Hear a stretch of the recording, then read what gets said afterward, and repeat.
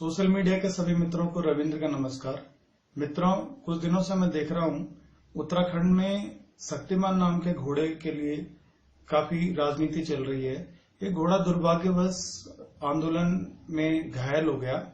ऐसे कुछ तथ्य जो जनता को पता रहने चाहिए, उन तथ्य को मैं आपके सामने लाना चाहता हूं।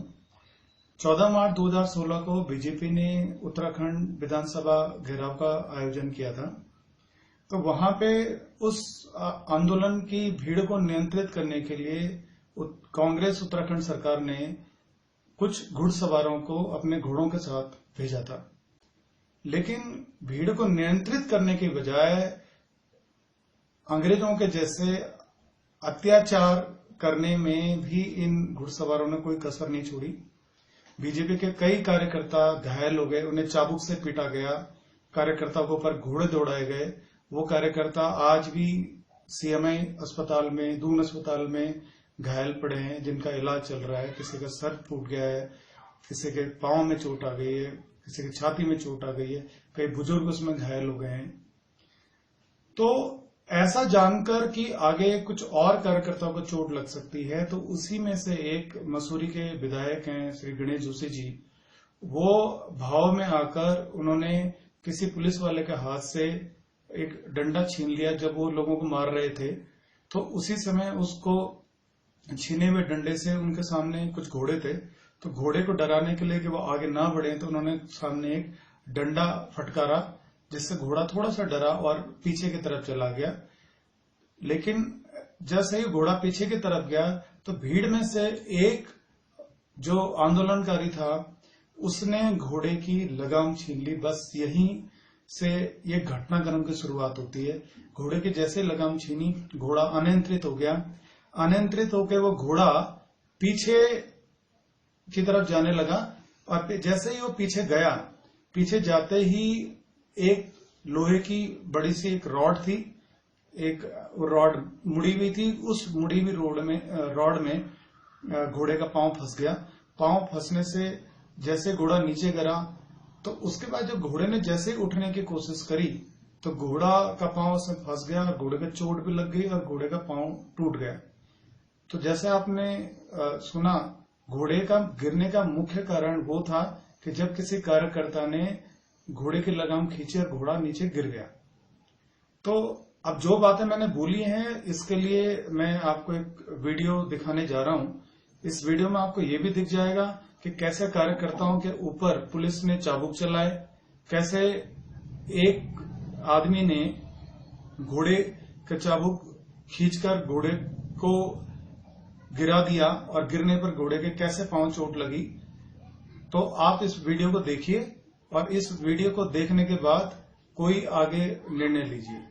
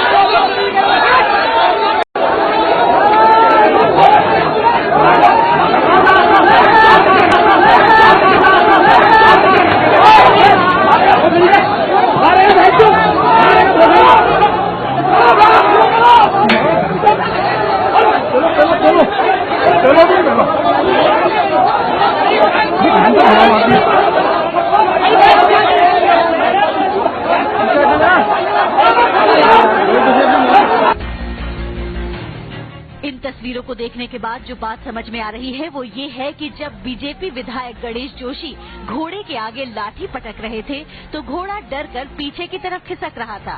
इसी दौरान सफेद कमीज वाला ये शख्स घोड़े की लगाम खींचता है और फिर घोड़े का संतुलन बिगड़ जाता है।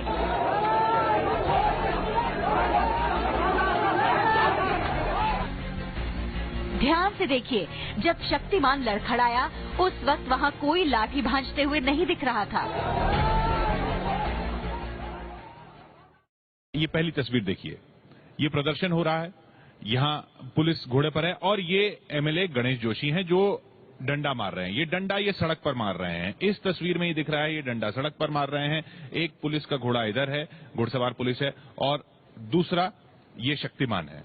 ये शक्तिमान और ये एमएलए गणेश जोशी, जो तस्वीरें हैं उनमें गणेश जोशी का डंडा पुलिस के घोड़े शक्तिमान पर लगता हुआ नहीं दिख रहा है। हमने घटना के बाद की तस्वीरों को भी देखा। ये देखिए, इसी रॉड में शक्तिमान का पैर फंसा था, जो कुछ टेढ़ी दिखाई दे रही है। इन तस्वीरों में भी ये पीली रेलिंग दिखाई दे रही है, जो अब आप साफ साफ देख सकते हैं। बीजेपी विधायक गणेश जोशी के खिलाफ जानवरों से क्रूरता के कानून के तहत जो एफआईआर दर्ज की गई है, उसमें भी विधायक पर घोड़े की टांग तोड़ने का आरोप है। लेकिन गणेश जोशी का कहना है कि पुलिस बीजेपी कार्यकर्ताओं पर घोड़े दौड़ा रही थी और उन्होंने लाठी से सिर्फ घोड़े को डराया था। सफेद शर्ट वाले एक अनजान शख्स के लगाम खींचने के बाद घोड़ा गिरा था। बार बार दिखा रहे हैं कि वो घोड़ा जब गिर रहा है तो कोई व्यक्ति, पता नहीं वो व्यक्ति कौन है, मैं ये नहीं कह सकता कि कांग्रेसी भीड़ में आदमी को सिर दिया या जो भी है। पुलिस उसको अभी तक आइडेंटिफाई कर सकती थी कि किस व्यक्ति की वजह से गिरा, कैसे इस प्रकार से वो उसको किसकी घोड़े की वो खींच रहा है।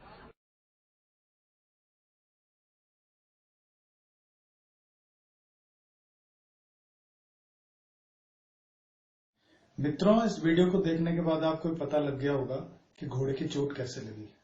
घोड़े की चोट लगने का मुख्य कारण वो आदमी जिसने उस घोड़े की लगाम खींची, उसके बाद घोड़े का संतुलन बिगड़ा, तब वो घोड़े का पांव एंगल में फंस गया, उसकी वजह से उसे चोट लग गई।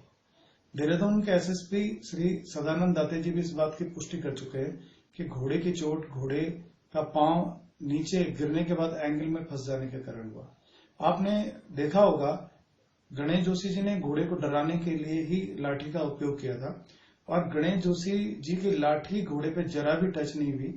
घोड़े के ना तो मुंह को चोट लगी है, ना घोड़े के आगे किसी पांव में चोट लगी है, जिससे साफ पता लग जाता है कि गणेश जोशी जी की लाठी से तो घोड़ा घायल नहीं हुआ, घोड़ा घायल किसी और वजह से हुआ। मैं आपसे के माध्यम से ये पूछना चाहता हूं कि क्या इतना हिंसा के कार्यक्रम होने वाला था, क्या सरकार को यह नहीं सोचना चाहिए था कि अगर इस कार्यक्रम के दौरान कहीं अगर घोड़े बिगड़ जाते, भगदड़ मच जाती और भगदड़ में कोई गिर जाता, घोड़े उनके ऊपर चढ़ जाते, किसी की मौत हो जाती, तो उसका जिम्मेदार कौन होता? इस बारे में सोचा ही नहीं किसी ने। दूसरी बात, सबसे बड़ा जो मुद्दा मुझे तो लगता है कि जो चीज इसके लिए जिम्मेदार है वो लोहे का एंगल। इस कार्यक्रम को शुरू करने से पहले अगर वो एंगल वहां से हटा लिया जाता तो आज ये घटना होती ही नहीं। उस व्यक्ति को भी सजा मिलनी चाहिए जो उस एंगल के वहां पर होने के लिए जिम्मेदार है। दुर्भाग्यवश अगर उस एंगल के ऊपर कोई गिर जाता तो उस आदमी की जान चली जाती, तब क्या होता? तो मैं चाहता हूं कि इस तरीके के आने वाले कार्यक्रमों में जब भी इस तरीके के कोई आंदोलन हो तो ये सुरक्षा व्यवस्था सुनिश्चित कर ली जाए कि यहाँ पे किसी की वजह से कोई नुकसान ना हो। तीसरी बात, मैं इस बात से बहुत दुखी हूं कि घोड़ा बेचारा तो घायल हो गया, लेकिन घोड़े को पता भी नहीं है, उसका राजनीतिकरण हो गया। घोड़े की राजनीति करने के लिए, अपने सत्ता को आगे मेंटेन करने के लिए, चुनाव में प्रचार करने के लिए आज इसको राजनीतिक मुद्दा बना लिया गया। घोड़े के साथ फोटो खिंचाई जा रही है, घोड़े के साथ वीडियोग्राफी कराई जा रही है। मुझे तो नहीं लगता कि ये कोई अच्छी राजनीति का सूचक है। मैं आप सब दोस्तों से निवेदन करना चाहता हूं कि मीडिया में ऐसी न्यूज़ें आज आई हैं, आगे भी आती रहेंगी। ऐसे किसी निर्णय पर तब तक मत पहुंचिए जब तक एक्चुअल सच्चाई सब लोगों के सामने नहीं आ जाती। कई बार क्या होता है, आज मीडिया बोल रहा होता है कि ये दोषी है, अगले दिन बोलता है नहीं ये दोषी नहीं है, कोई और दोषी है।